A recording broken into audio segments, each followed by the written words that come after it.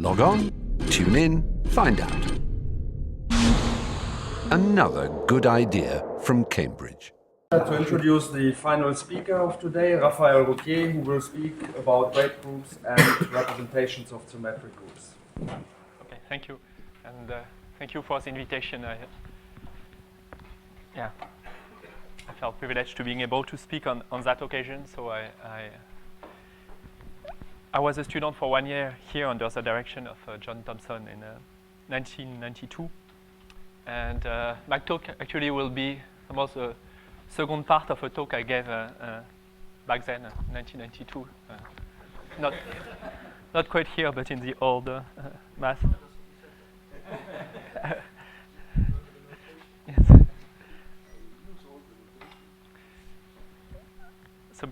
So the topic, which doesn't appear maybe in the title, is that of local block theory, local representation theory.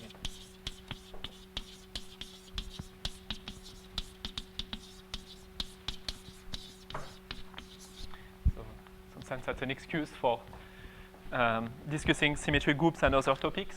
That's really the original motivation. So we saw this morning in Michael Ashbauer's talk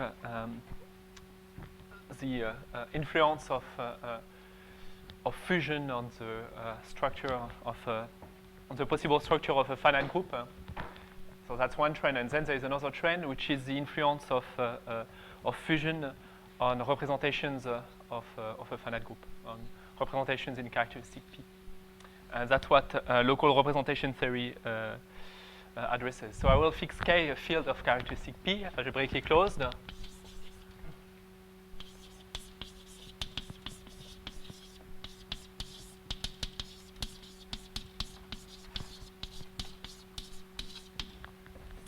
And G a finite group.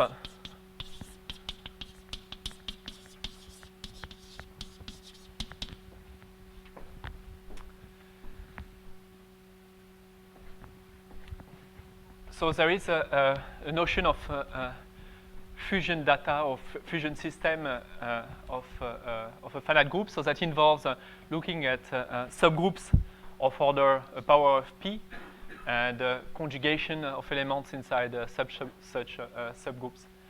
And so that can be encoded in a category, as we saw this morning. And the question is, if we look at P fusion,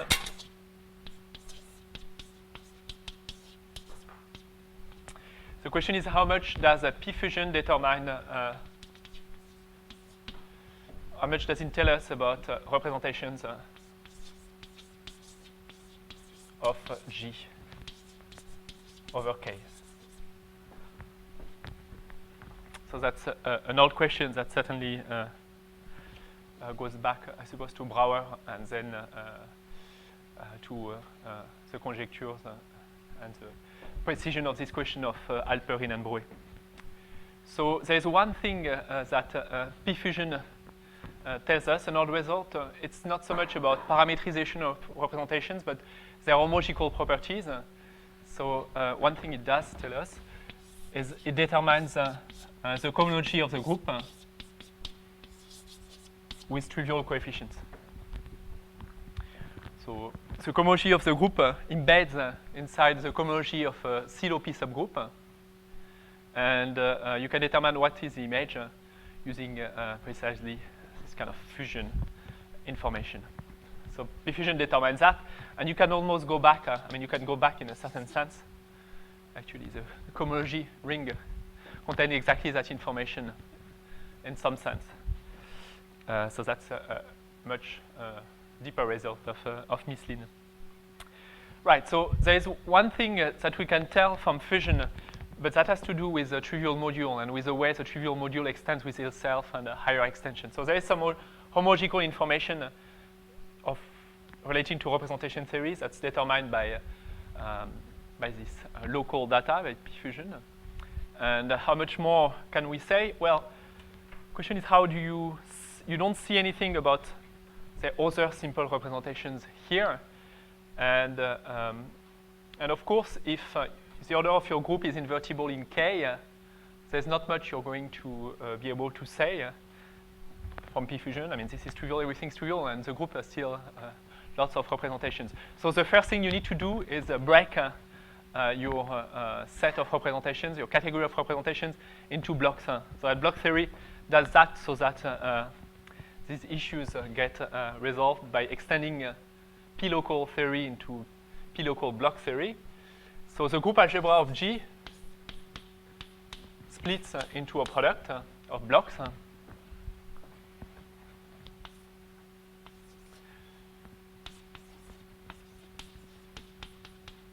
So this is just a product in the category of algebras, and each of these are indecomposable as an algebra. It doesn't factor further the block. So that's the same as indecomposable factor. So we have those indecomposable factors, and there is one that's particular. It's the one coming from the trivial representation.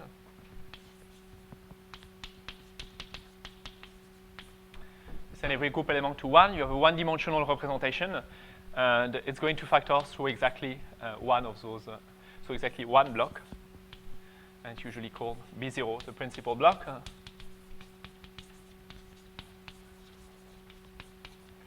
And the homological information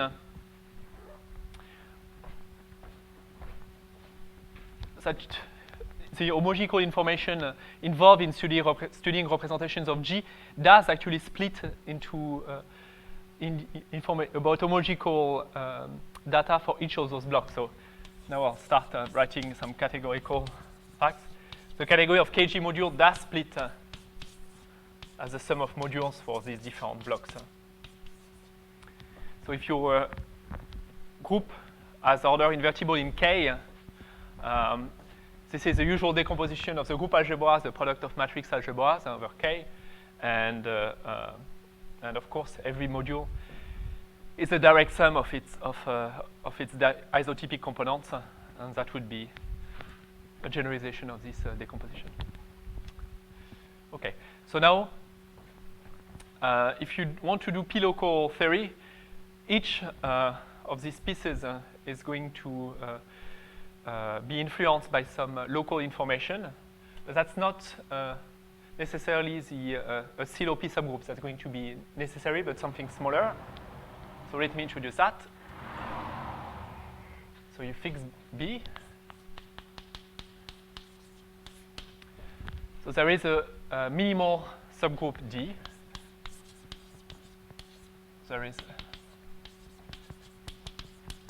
a minimal subgroup D in G, such that the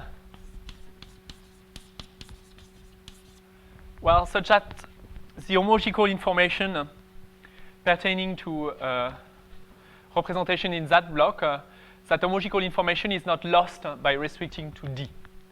So remember, if you take the cohomology of G with trivial coefficients, if you restrict to the cohomology of a CLOP subgroup, you don't lose any classes. This is an injective map, but maybe you can restrict further down to a smaller subgroup than a CLOP subgroup. Well, fact is you cannot. Okay, CLOP subgroup is minimal.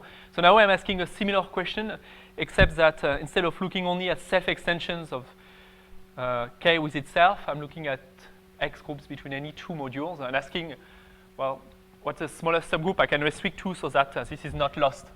And one way to formulate that quickly is to say, so when we restrict from G to D, so we can be fancy and talk about Dirac categories.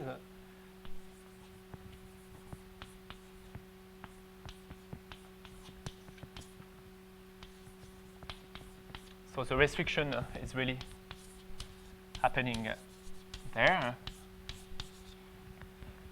So you take a representation of your group that's in the block, and more generally you take a complex, two complexes, and homomorphisms between them. So that's a generalization of X between modules.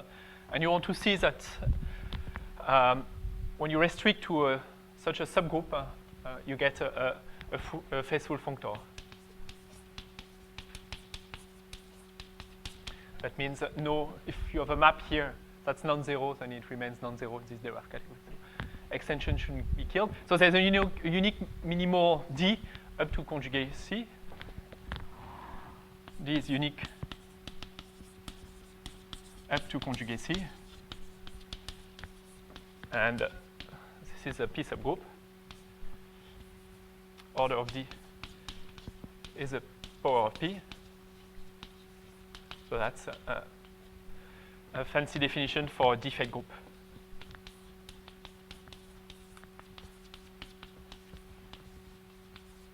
Of the block. And what it does is that it measures the complexity of the block. So the bigger D, the more complicated the X are going to be for representations in that block. So there's a case, of course, when D is 1, that means you're looking at representations which are a part of the category of representation, a part which is semi-simple, which actually is simple. So B is a matrix algebra over K. So we have this semi-simple case. That's as easy as it gets. There are no non-zero x1s, x2s, etc. And when D is, gets bigger, then we get into a world where the homological algebra becomes really difficult. We can't classify everything, and what we would like to do in that setting is try to make this a little more precise. Namely, now we have a block B. We have D, which is a subgroup associated to it. We can look now at a fusion of elements or subgroups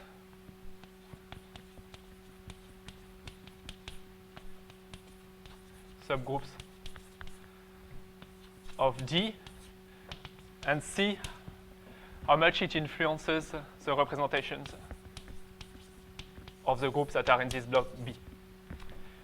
So that's still imprecise, and that's not very reasonable, actually, not a very reasonable problem. One important advance in the subject has been the realization that if you pass from the classical fusion of subgroup to something involving a block, you should not just look at subgroup, but as so-called subpair. So it's a little more involved. You should replace that actually by Alperin and Brouet's subpairs. But when you get such a data, it still makes one of those fusion categories that Michael Ashbar's discussed. So there is something a little more. There's a little more data than just a subgroup. You need also some block of the centralizer of D.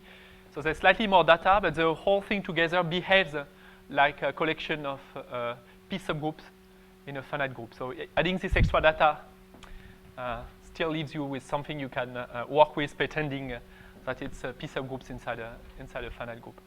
But that's really a little more precise. Anyway, so there is this information, and you can ask now that question. So you're still missing something. So when you study representations, characteristic P, there's also an extra phenomenon that's appearing. There are certain central extensions coming. So certain simple modules will be stable for some automorphisms, but they don't quite extend. So there are central extensions coming. There are some classes in H2. So, well, I'm sorry, I have to say that, plus some central extension. Again, this is something that can be expressed in a nice way in using fusion categories. So there is this algebraic data, which we view as some local data. It has to do with D and some block theory pertaining to the centralizer of D. That central extension has to do with a normalizer of D and normalizers of various subgroups. And so the question is whether that data is going to be enough to, reconstruct maybe the whole representation theory, or at least the first question would be, what about the number of simple B modules? That's one information you would like to know. So if you have a finite group, how many simple modules does it have up to isomorphism? So here I'm talking characteristic P representations. So inside the category of representation has been split into blocks, and in a given block you would like to know how many simple B modules there are, and that's there is a precise question now, and that precise question has actually the form of a conjecture. There is a formula for the number of simple B modules in terms of such local data, and that's a conjecture of Alperin. So that's Alperin's conjecture. Says you can read the number of simple B modules from some local data.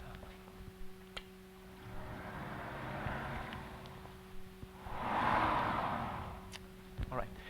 So now I started with a homological perspective, and I explained that not only can you embed the cohomology of a finite group inside the cohomology of a CeLO P subgroup, but you can recover actually what is exactly the cohomology of G inside the cohomology of a CeLO P subgroup. It's form of so-called stable elements. You have to look at actions on your P subgroups and take elements invariant under such actions.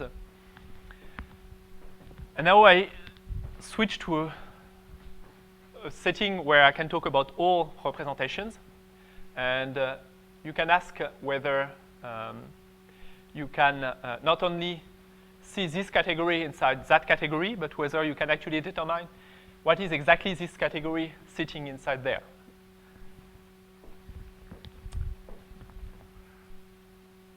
And that's that's exactly the subject of a conjecture of Braid. So the first thing, the idea, so Braid's conjecture.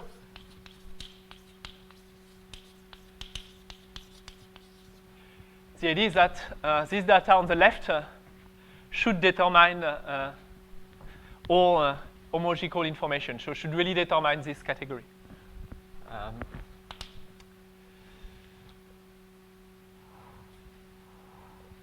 So fusion. So fusion in this sense, which is slightly more sophisticated than you would do for just groups. You have also the central extension.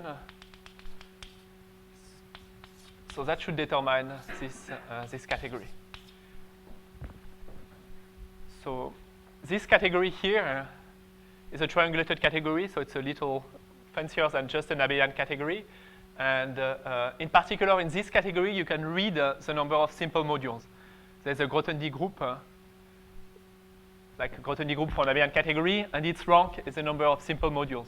So if you could read this derived category from the fusion, you could read the number of simple modules. So that's a motivation. So unfortunately, Braid didn't quite conjecture that. That's not quite what you would want. So there's a conjecture, precise conjecture is fusion. So you assume that data, but only in the case where D is abelian. And then that's Braid's conjecture. So I should probably put a question mark here and here. So the term conjecture is precise. So when a CeLO, when a defect group D is abelian, the local information should determine not just the number of simple modules, but also all homological information, like cohomology with trivial coefficient, but also X between any two modules. In some sense, it is encoded in the local data. So that's a way to put together numerical information like Alperin's conjecture and a homological information, which is not a conjecture, which is a statement about the cohomology that being determined by local information. So I should, at that point, explain where what's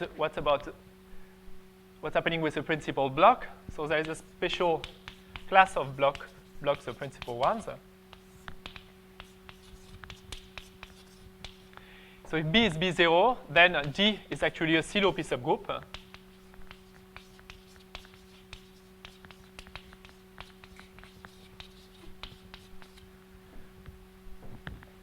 So in that sense, the Alperin-Brouwer's theory of subpairs, etc., generalizes the classical theory of P subgroups. If you start with the principal block, you'll be considering here a category which is the usual fusion category of your finite group. There won't be any central extensions as well. So you have a Silo P subgroup in that case for D, and if you assume, like you do in Brouwer's conjectures, that D is abelian,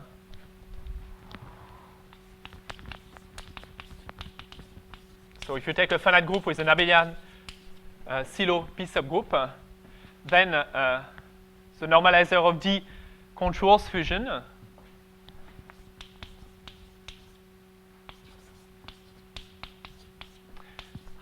So this group has the same fusion as G.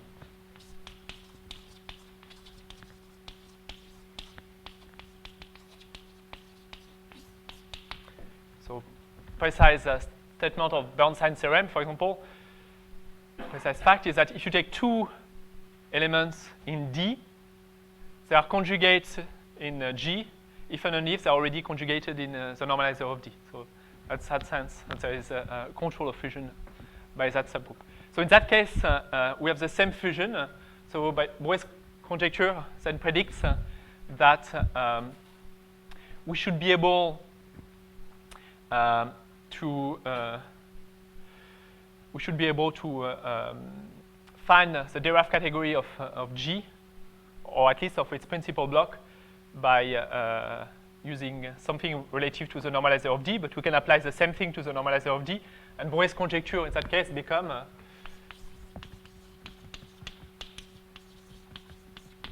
the fact that if you take the principal block of your group G and the principal block of that subgroup, the normalizer of D, these two things should be equivalent, at least when you pass to Dirac categories. So this says, for example, if you want the equivalence should be sufficiently nice, it should send the trivial module to the trivial module, and so that will, such an equivalence will induce an isomorphism between the cohomology ring of G and the cohomology ring of the normalizer of D. So it's a fact that going from your group to the normalizer of D, when D is abelian, this is an isomorphism on cohomology with trivial coefficients. So that's what's expected is that there is not just cohomology of trivial coefficients, with trivial coefficients that's the same for G and the normalizer of D, but cohomology of any modules, any two modules, X between any two modules for the principal block should be isomorphic to X between two modules for the two complexes for that group. But now the functor you would use is not restriction. So the trivial module will go to the trivial module, but other modules are going to go to complexes, and it's not understood how to construct an equivalence in general. There are only examples. And what I would like to discuss is a class of examples, which is the usual class you look at when you have a conjecture about finite groups. That's the class of symmetric groups, and general inner groups over finite fields can be handled in a similar way. So maybe a last comment here. So the failure of a statement like this to be true when D is not abelian, the fact that knowing the fusion, knowing local information about your finite group is not enough to determine the whole representation theory is at the level of the Dirac category is an issue that's not resolved yet. I mean, a case where it fails was pointed out by Thomson the late 80s, the case of Suzuki group over Suzuki of 8, or you can take a twisted Lie group of rank 1 in natural characteristic. So in that case, the Silo P subgroups are Ti, as we saw this morning. So there are the homological representation theory, the homological information between your group and the normalizer, between the group and the Borel, are very similar, but there is something that doesn't quite make the Dirac categories equivalent. They are just not equivalent, and it's still a mystery what exactly in this situation, or even for general finite group, what exactly is the fusion category encoding. So Alperin says it should encode the number of simple modules. We know that it should encode more. It encodes cohomology with trivial coefficients, but we don't know quite how much more it is encoded. That's related to that. We need a conjecture that has some homological information and numerical information like Alperin's that is still missing. Okay, so that's it for this long introduction. Now I will start discussing symmetric groups.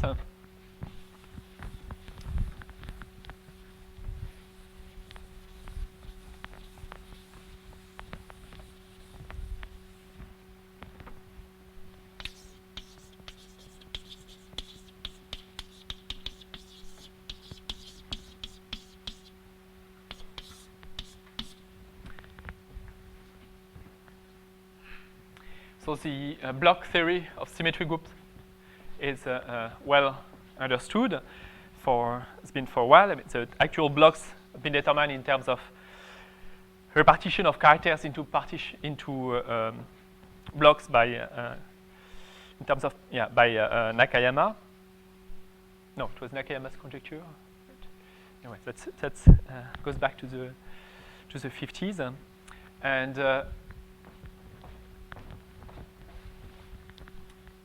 I'll do just a minute to explain this. Just take a minute to explain the combinatorial description.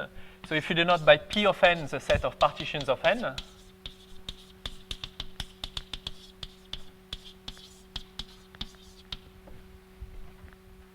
we know that the set of irreducible representations of the symmetric group Sn up to isomorphisms is as a parametrization with a set of partitions of n. So I won't say the usual way where the partition n corresponds to the trivial representation. So that's about representations over complex numbers. The way it relates to block theory is by using a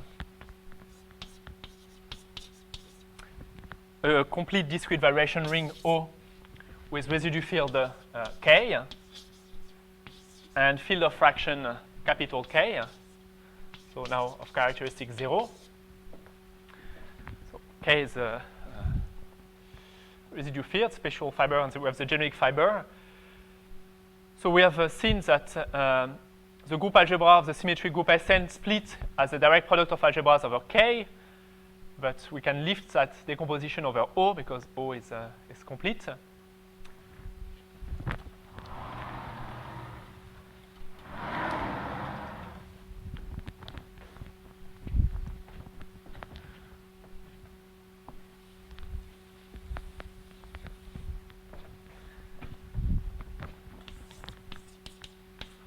So we look at the group algebra there, and we have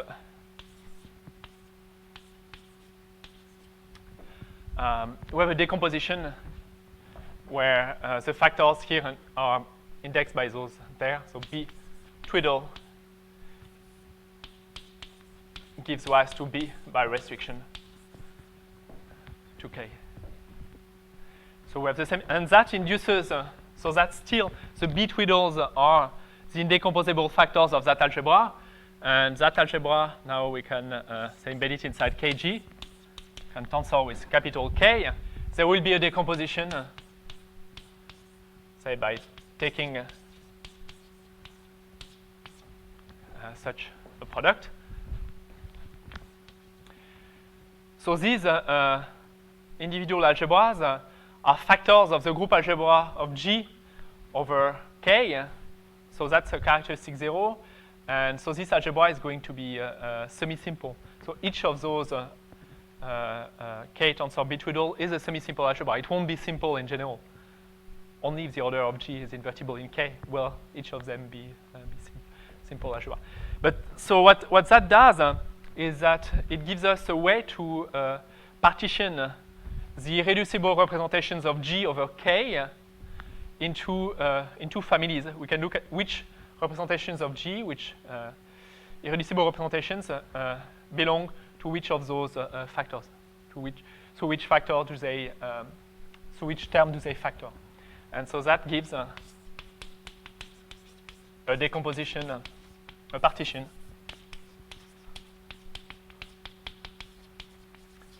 of irreducible representation of Kg into blocks.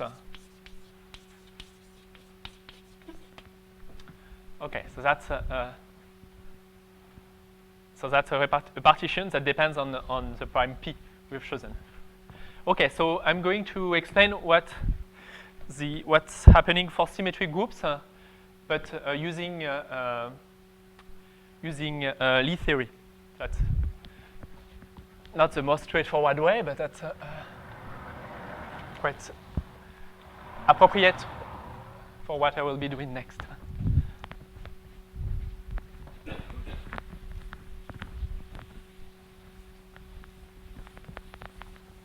So the way Lie theory comes is by putting all symmetric groups together. And by using P, let me call it V directly. V is a vector space with basis all partitions.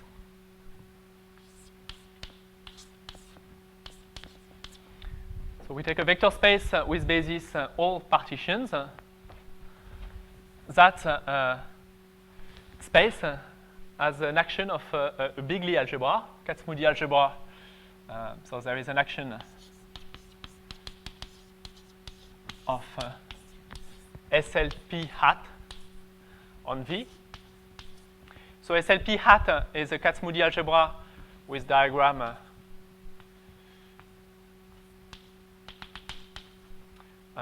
where the nodes are parameterized by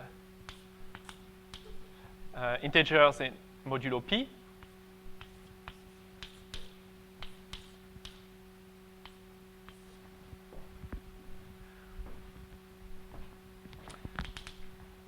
So the generators are, this Lie algebra is generated by EI FIs, and EIs and FIs, and where I is in Z mod P. And the action of EI on the space V. So if you start with lambda, a partition of N, it's going to be a sum of partitions. And I will write a sentence and explain what it means in an example. So you take the sum of partitions obtained by adding an I node to lambda. And Fi of lambda is the adjoint. You take the sum of partition obtained by, well, removing. No. So you have an operation that sends a partition to a sum of partitions that depends on I. And you can add nodes or remove nodes. And an example of that operation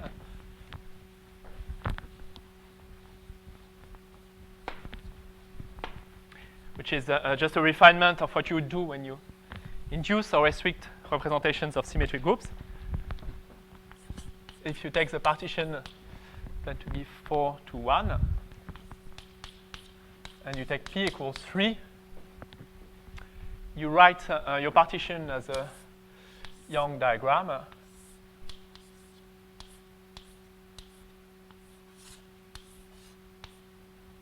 And you number the boxes by starting with 0 here, and you number the boxes modulo P. You add 1 when you go horizontally to the right, and you remove 1 when you go down. So you write lambda like that, and now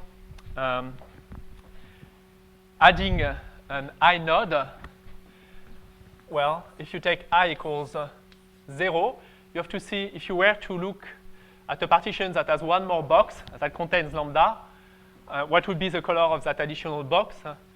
Well, if you had a box here, it would be of color 1, here 1, here of color 2, but here it will be of color 0.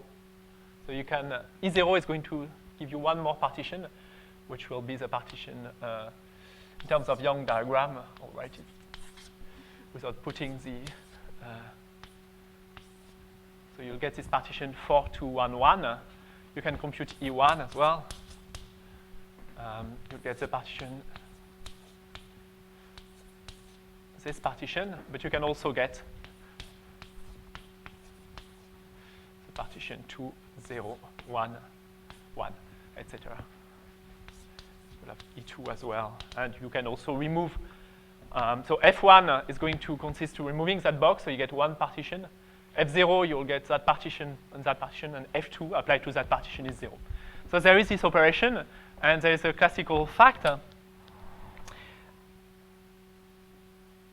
that under the correspondence, okay, so let me maybe finish about Lie algebra. So this the extraordinary fact is that those operators, EI and FI, on that space, they satisfy the defining relation of SLP hat. So if you take the same I in I and FI, they will generate an SL2. And if you take this is level 0. Level 0, yes. So this is the basic representation of that algebra SLP hat. No, level 1. Yeah, level 1. Sorry, level 1 means that this is the highest weight representation, and the highest weight is exactly the fundamental weight lambda 0. So here I'm a bit sloppy. I really define the generators only for the derived algebra. This algebra I should really put a carton part because these do not generate the full carton, the full algebra, but just so you have to define an action of the carton subalgebra to get actual module. Okay, so what's the point of doing that? Well, the first thing I should say probably is that if you this combinatoric is going to tell us about blocks of symmetric groups. So remember that irreducible representations of the symmetric group over C or over a field like K, so they split into blocks. We have parameterized them into partitions. So the question that arises is, if you look at this set of partitions of N, you have your prime P, how does it decompose as a union of blocks with this partition? So there is a classical combinatorial answer. Now I'm giving a less classical combinatorial answer, which is the following, that the block decomposition of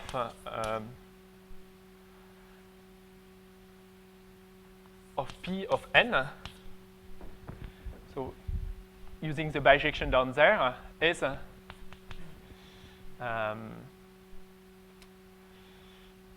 given by the weight decomposition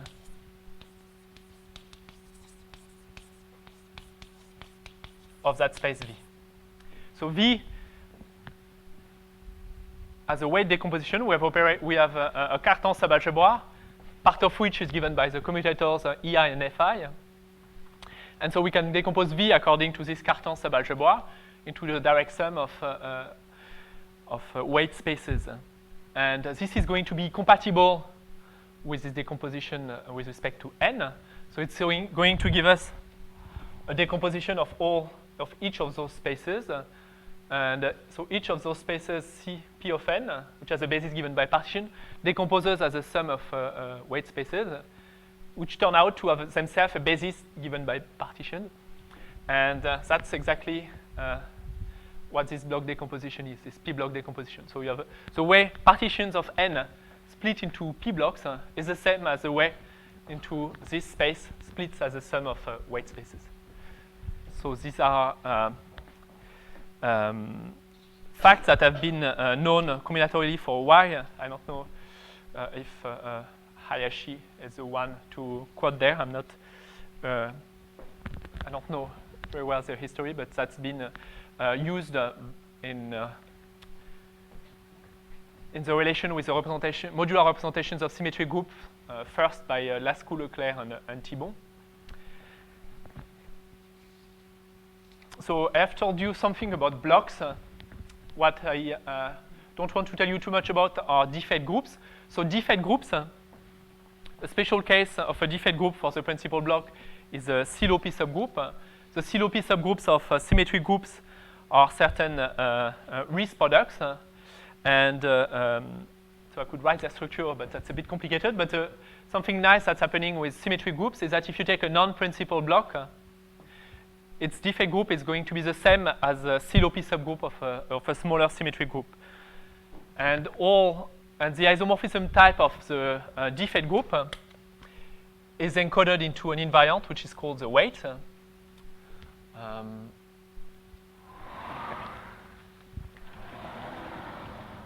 And that's something which is not the same as the weight space here, but which can be read using the action of the Kac-Moody algebra.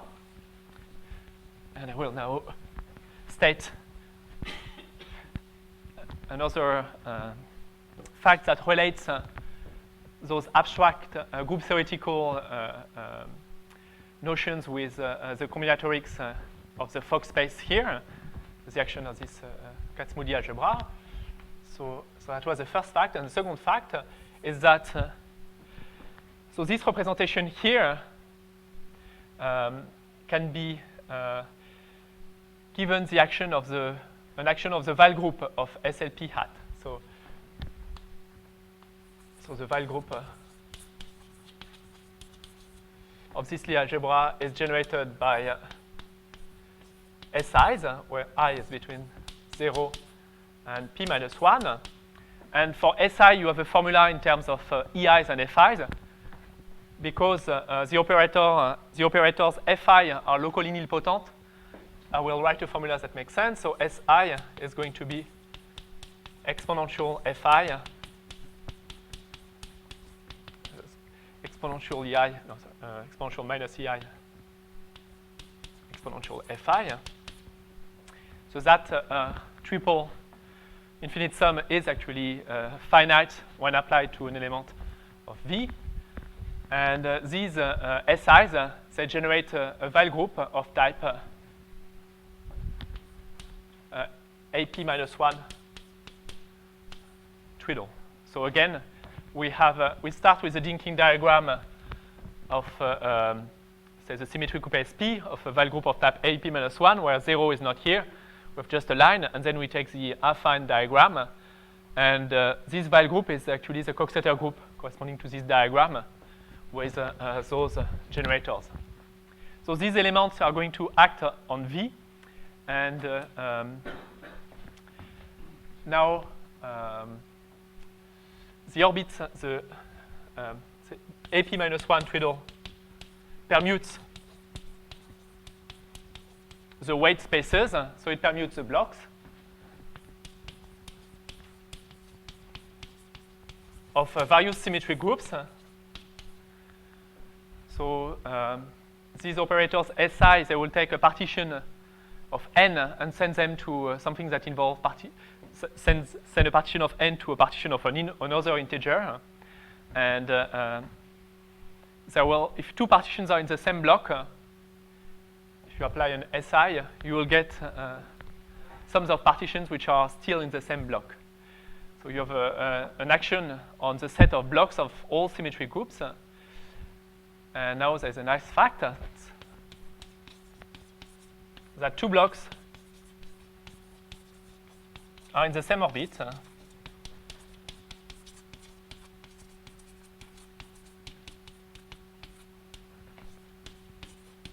If and only if they have the same local structure.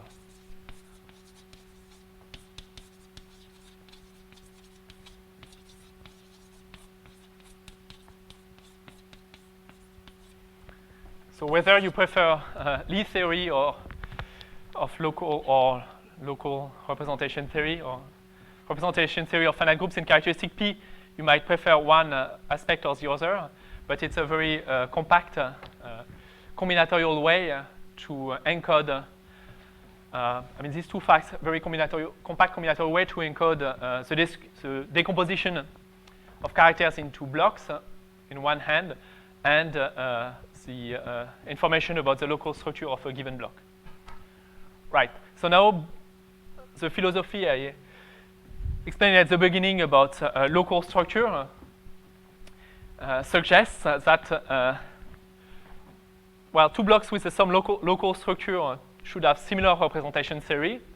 So maybe as we could expect something as strong as having the same Dirac category, and that's something that Bowie conjectured in the context of symmetric groups. So now we have a question which has a more combinatorial flavor, namely we have this action of this affine-val group on blocks of symmetric groups. And if we take two blocks in the same orbit, can we prove that they have equivalent Dirac categories?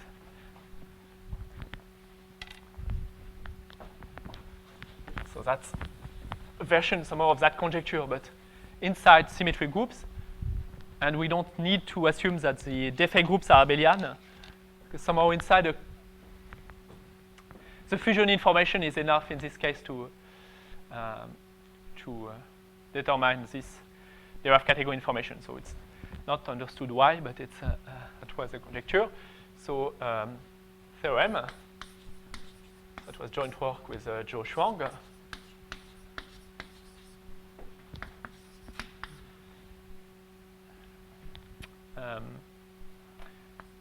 If you take B and B prime in the same, so there are blocks of different symmetric groups in the same orbit for the Val group, then they have equivalent Dirac categories.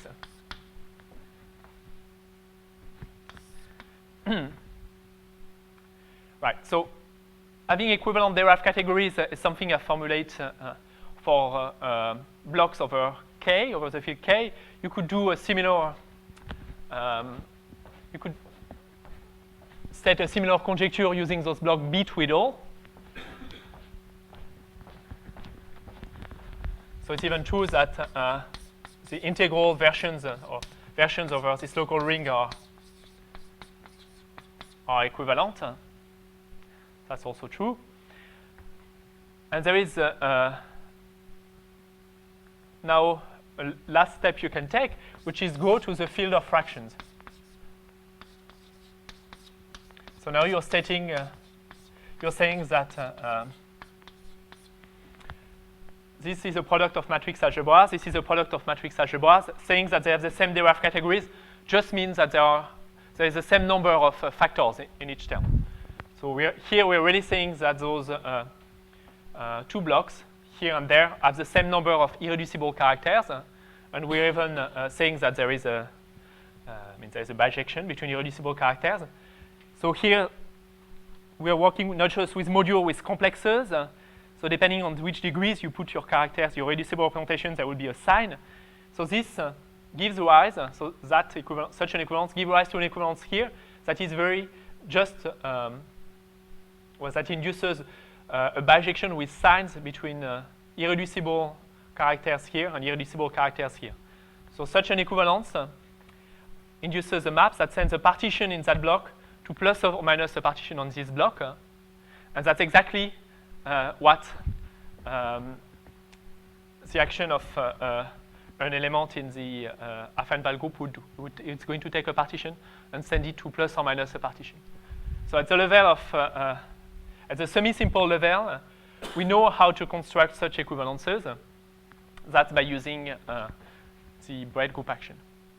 Right. So that's what we did with Shuang around 2002, 2003.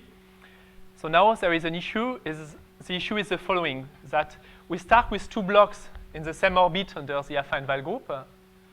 So there is more than one way to go from that block to the other. Namely, if you start with a block B, there is a non-trivial stabilizer in this group. So there are there are going to be a lot of maps, say self. So the block, I'm sorry, you start with your block B, you look at the stabilizer in this group, it stabilizes the block, but it might move partitions inside this block. And so that leaves the problem of having, say, one precise equivalence. So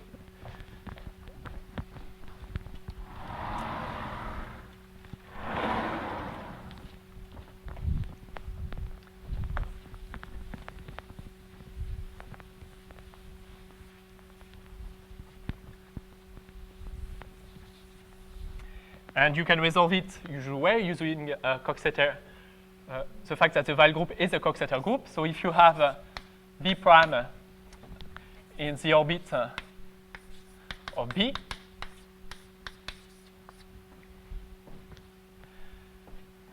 you can take where there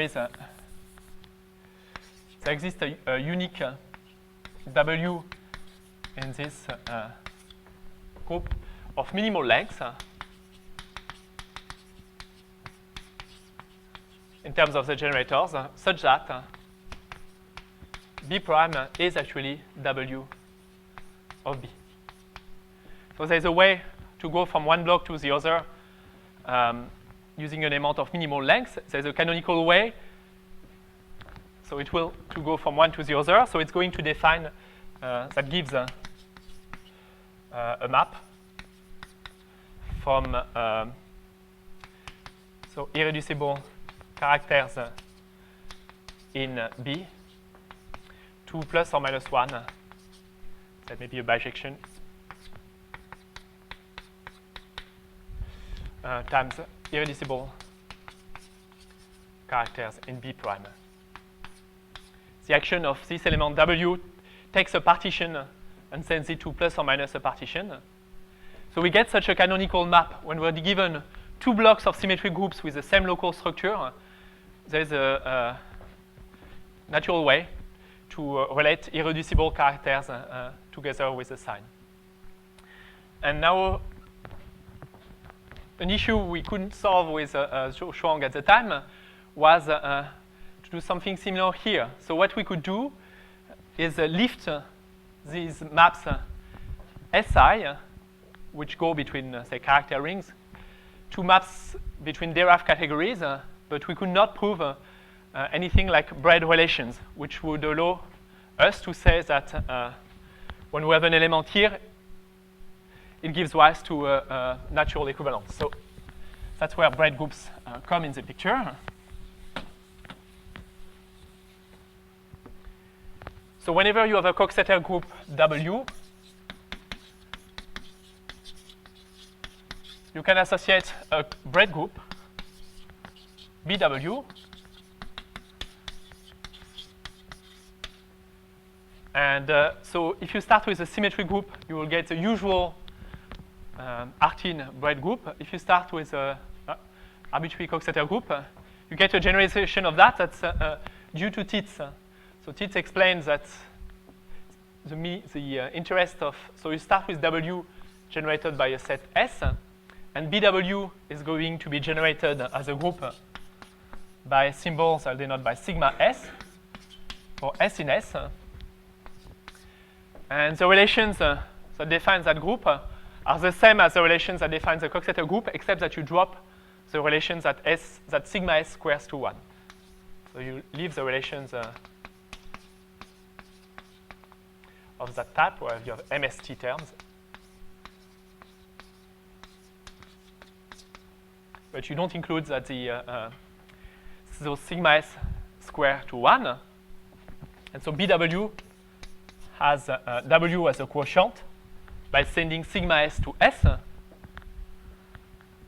So that's an abstract group theoretical Braid group. It can also, at least when W is a finite Coxeter group, be realized as a fundamental group of a configuration space.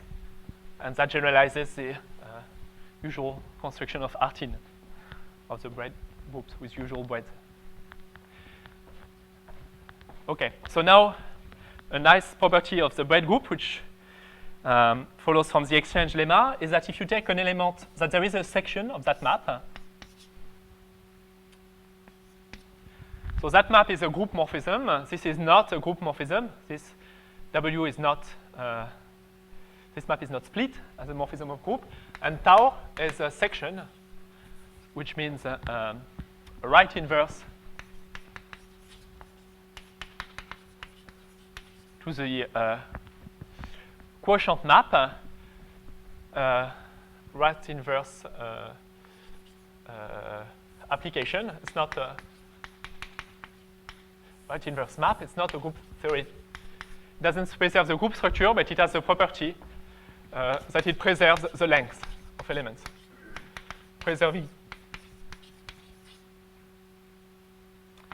length and sending with image in the submonoid generated by the sigma S in BW. So the image of tau does not involve inverses of the generators. And so there's a unique way to do that, and this characterization gives you a way to compute it.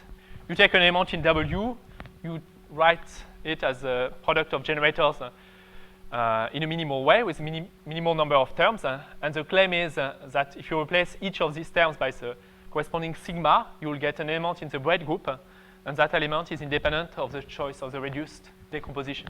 That's easy to deduce from the classical Coxeter group theory.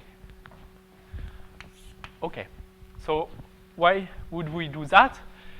So when I have my two blocks, which I've probably erased, I explained there is a way, there's an element of minimal length that relates them. Now I can take tau of that element, and I will get an element in the Braid group such I will use to give a canonical equivalence between the blocks. That's the last part of the story.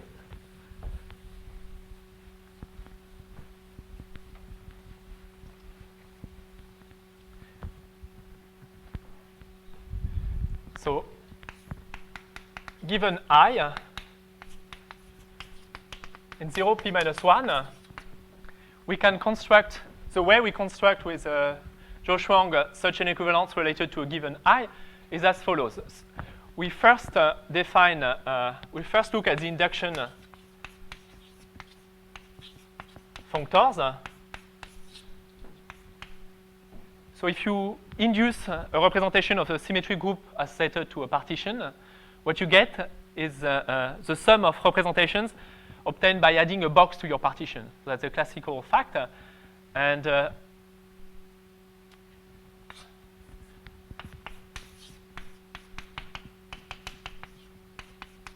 the claim is that this splits as a direct sum of functors indexed between 0 and p minus 1, where EI acts on irreducible characters by small ei. So if you take the sum of all ei's and you apply that to a partition, it takes a partition and sends the sum of partition obtained by adding one box.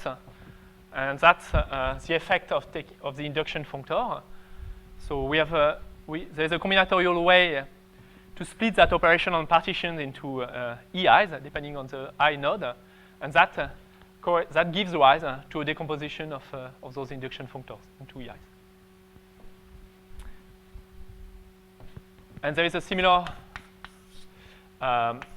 decomposition of the restriction functors. So here we sum over n. We put all n's together. So it's a classical fact. It's been used by Araki and Kronosky, Vazirani, a number of people, that there are those functorial interpretation to these maps EI. Well, one can construct, and that follows the idea of Ricard for symmetric groups. One can construct theta i's, which now are complexes that go from the sum of derived categories of symmetric groups to themselves, and that are equivalences, self-equivalences, and at the level of partitions, at the level of irreducible characters, so if you pass to quaternion groups, they give a small SI. So there is a way to categorify, to find a functor that has the effect on characters of this combinatorial max small ei, and there is a way to construct a functor that has on characters the effect of this SI, which is the element, one of the generators of the Weyl group, of the affine Weyl group. So now this SI involves signs. It sends a partition to plus or minus a partition. So we can't do that staying with representations. We have to move to complexes of representations. And the main result of our work with Schwang was to show that, to construct such theta i's following Ricard and to show that they were invertible. And the next step, which is more recent, so showing the invertibility of the theta I involves one I at a time. So it's some kind of SL2 problem. And to solve it, we had to build a theory where SL2, or its enveloping algebra, was replaced by a monoidal category. So we view EIs, FIs, plus various maps. That's going to give rise to a monoidal category. And that monoidal category is acting on the sum of derived categories of symmetric groups. And the theta I, which somehow is obtained out of EIs and FIs, is going to act here as an invertible self-equivalence, as a self-equivalence. And thanks to this theta I, if we start with the block B, we're going to restrict this equivalence, it's going to induce an equivalence of that type. So we start with the block B. We can take the image under one of those simple reflections, and theta I induces an equivalence between these derived categories. So that's how this theorem is obtained. The crucial point is to get such a complex and to prove invertibility for its action here by developing a general theory there, by saying, well, work one I at a time. We have some kind of theory of SL2 where modules are replaced by categories, etc. And to prove invertibility of theta I, it's enough to prove invertibility the more irreducible representation. So there is a need to develop the theory of representations of such a monoidal category, but that was for SL2. We deal with one I at a time. And now what we want to prove is that if we go from a block to another by using a sequence of SIs, that the equivalence we obtain is independent of the choice of the reduced decomposition of an element. Namely, we have the following theorem that the map I goes to theta I gives a morphism from the Braid group from AP minus 1 twiddle to the group of automorphisms of this category. Let's call it T. So if we do something like SI plus 1 SI, or SI plus 1 SI plus 1, we obtain the same endomorphism of the set of blocks.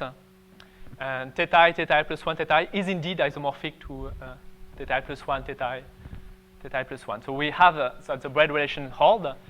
And the way this is proven is by developing a theory where we deal not just with an SL2, not just one I at a time, but we have to deal with the whole Kac-Moody algebra SL P minus 1 hat, or SL3 would be enough here. And one needs to develop a theory of actions of monoidal categories associated to Kac-Moody algebras on suitable abelian or triangulated categories. One classifies one has a notion of simple representations in the categorical sense. On those simple representations, these operators, theta I, become particularly nice. And on them, one can check Braid relations, and then the Braid relation follow for any such T. And so one gets it for the symmetric groups at the end. So there is a, to get a canonical equivalence here, at the end, one develops a suitable generalization of the Kac-Moody theory for categories. I'll stop here.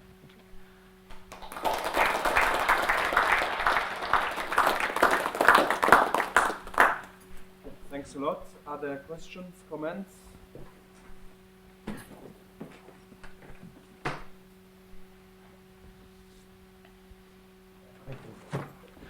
I have a minor comment.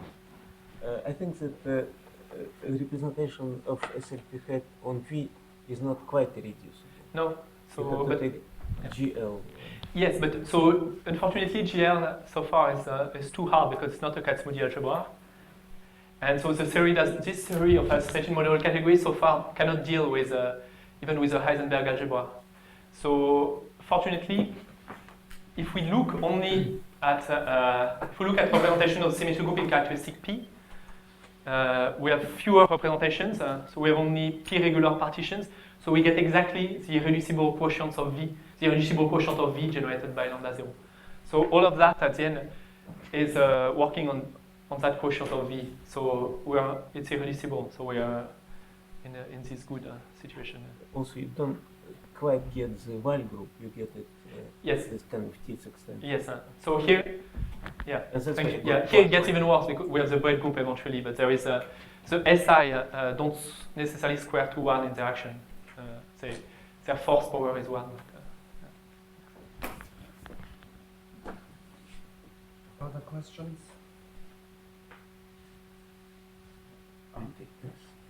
So in the theorem, do you have the inverse? If we have two category B and B prime, so equivalent, so the inverse, so fit in the same orbit? Or no? Yes, that's true, but there is no.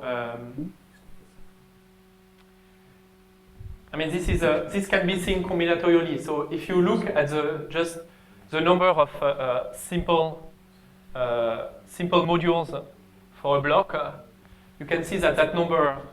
So that depends on the orbit, and you can see that it determines the orbit. So already the Grothendieck group of that category is going to determine the orbit, except if P equals 2, there are two possibilities, depending if the defect group is 1 or Zimmer 2. But apart from this trivial case, which can be sorted out by hand, the number of simple modules determines the orbit. So the answer is 2 for some basic combinatorial reason, but there should be deeper reasons why there is some kind of converse to Braid's philosophy, that the Debye category should determine the fusion, but that's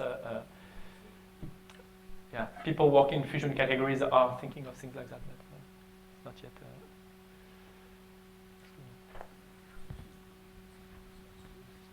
Other questions? And let's thank the speaker again.